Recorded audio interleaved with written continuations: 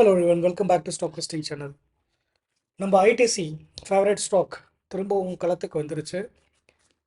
அது எப்படி இருக்குன்றதை பார்க்கலாம்.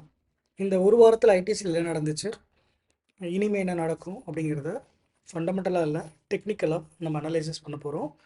இந்த வீடியோவை ஸ்கிப் பண்ணாமல் பாருங்கள். சில டெக்னிக்கல் ஐடியாஸ்லாம் எப்படி ஒரு சார்ட் அனலைசிஸ் பண்ணுறது அப்படிங்கிற ஒரு எஜுகேஷன் வீடியோ தான் இது. நீங்களும் லேர்ன் பண்ணிக்கலாம். மறக்காமல் இந்த சேனலுக்கு புதுசாக பார்க்குறீங்கன்னா சப்ஸ்கிரைப் பண்ணி சேனலுக்கு சப்போர்ட் பண்ணுங்கள்.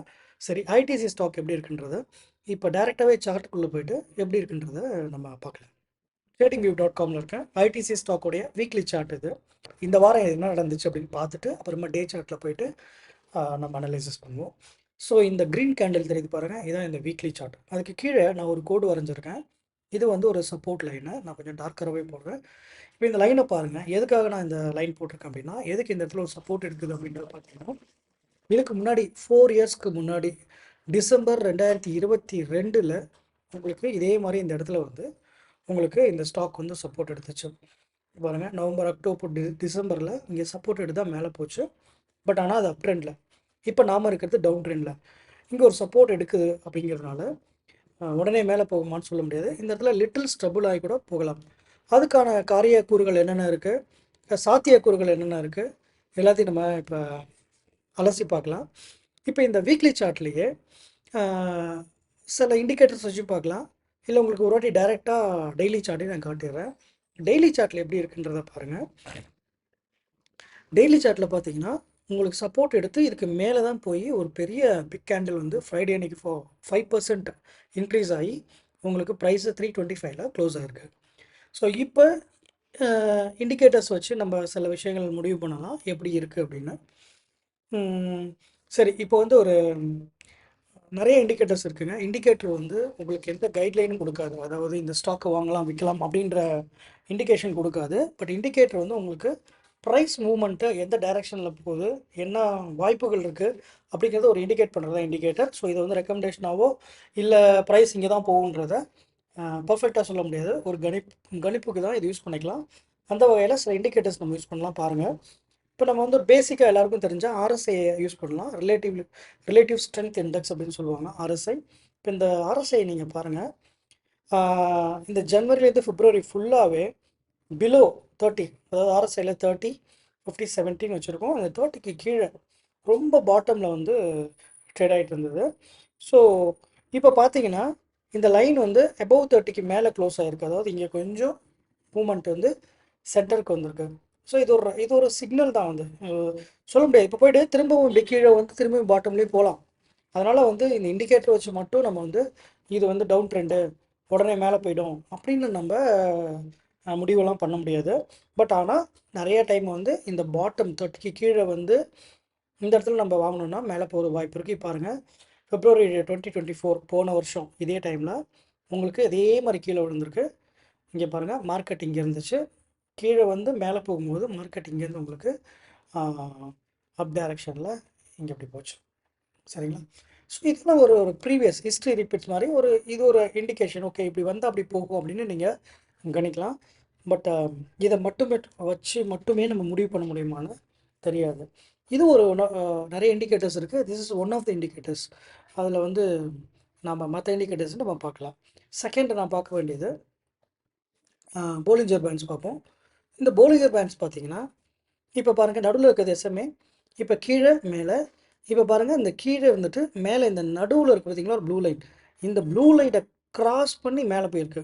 இதுக்கு மேலே போகிறதுக்கான வாய்ப்புகள் நிறையா இருக்குன்றதை இண்டிகேட் பண்ணுது. அதே சேம் டைம் இதுக்கு மேலே போயிட்டால் மட்டும் மேலே போகுன்ற அவசியம் இல்லை, கீழே வரதுக்கும் வாய்ப்புகள் இருக்குது. இப்போ நீங்கள் ப்ரீவியஸில் பாருங்கள், இப்போ இந்த மிடில் லைனுக்கு மேலே போனால் கொஞ்சம் மேலே போகிறதுக்கு வாய்ப்பு இருக்குது.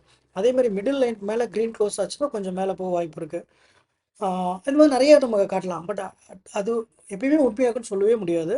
சில சமயம் வந்து டவுன் ட்ரெண்டில் கூட மேலே போயிட்டு டப்புன்னு கீழே வந்துடும். ஸோ இது ஒரு இண்டிகேட்டர் தான். இப்போ சில டைமில் வந்து நம்ம 2 இண்டிகேட்டர் வந்து கம்பைன் பண்ணி பார்க்கலாம்.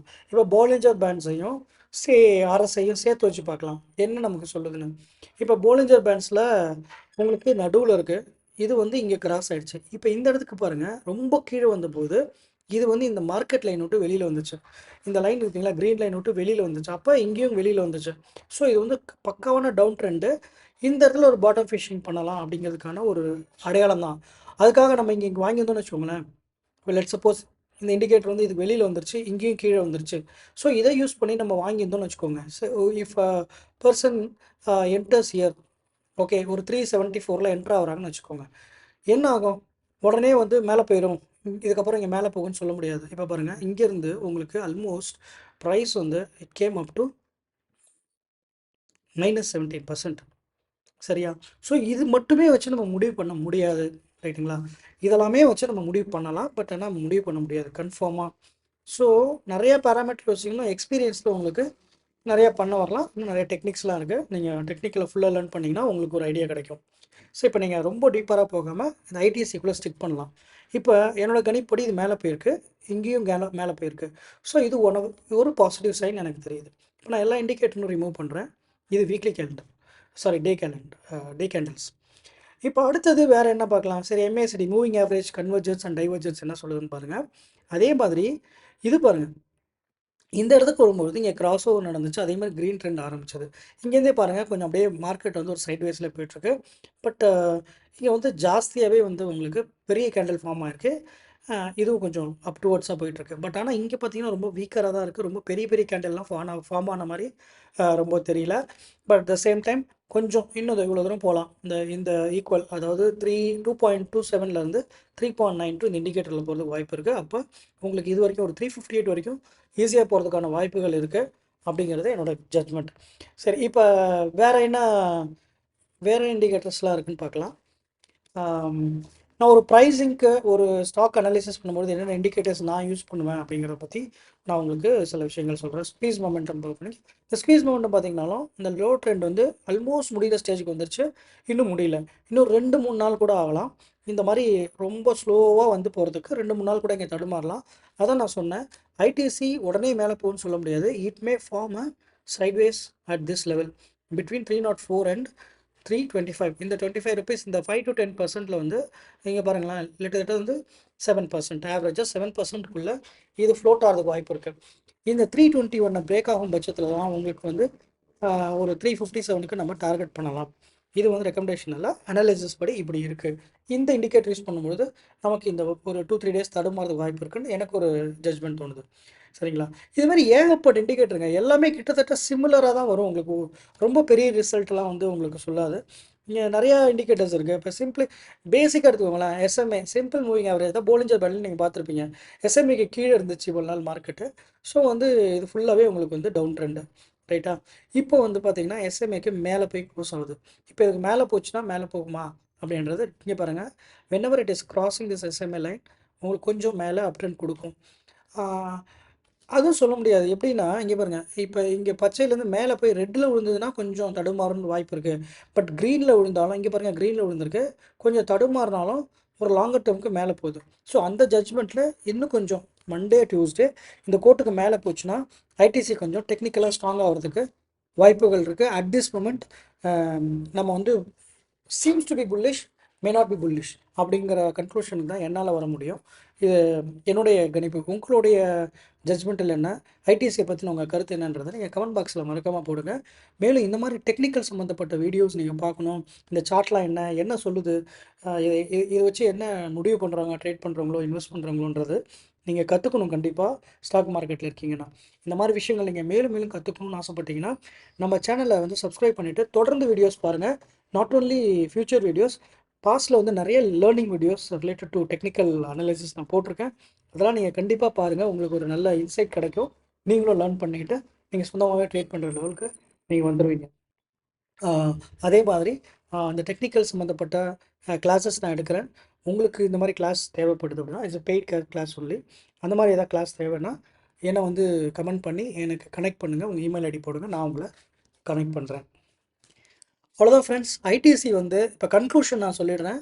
இப்போ வந்து seems to be bullish, actually not bullish. கொஞ்சம் தடுமாறும் ஒரு கப்புள் ஆஃப் டேஸ், அதுக்கப்புறம் ஒரு அப் ட்ரெண்ட் பார்க்குறதுக்கு வாய்ப்புகள் இருக்குது. ஐடிசி வந்து ஒரு லாங்கர் டேர்ம் ஒரு ஃபண்டமெண்டலி ஸ்ட்ராங் கம்பெனினால அக்யூமுலேஷனுக்கு பை ஆன் டிப்ஸ்ன்ற கதையில் இந்த அக்யூமுலேட் பண்ணலாம், ஹோல்டு பண்ணலாம். For the long term investor, short term investment பண்ணுறவங்க, ஒரு ஸ்விங் ட்ரேட் பண்ணுறவங்களுக்கும் இது ஒரு நல்ல ஆப்பர்ச்சுனிட்டி தான் நான் இங்கே பார்க்குறேன். That's all my friends. மீண்டும் நம்ம இன்னொரு வீடியோவில் சந்திப்போம். நீங்கள் புதுசாக வீடியோ பார்க்குறீங்கன்னா சப்ஸ்கிரைப் பண்ணி ஃப்ரெண்ட்ஸ் அண்ட் ஃபேமிலிக்கு ஷேர் பண்ணி நம்ம சேனலை சப்போர்ட் பண்ணுங்கள். நெக்ஸ்ட் வீடியோவில் பார்க்கலாம். பாய்.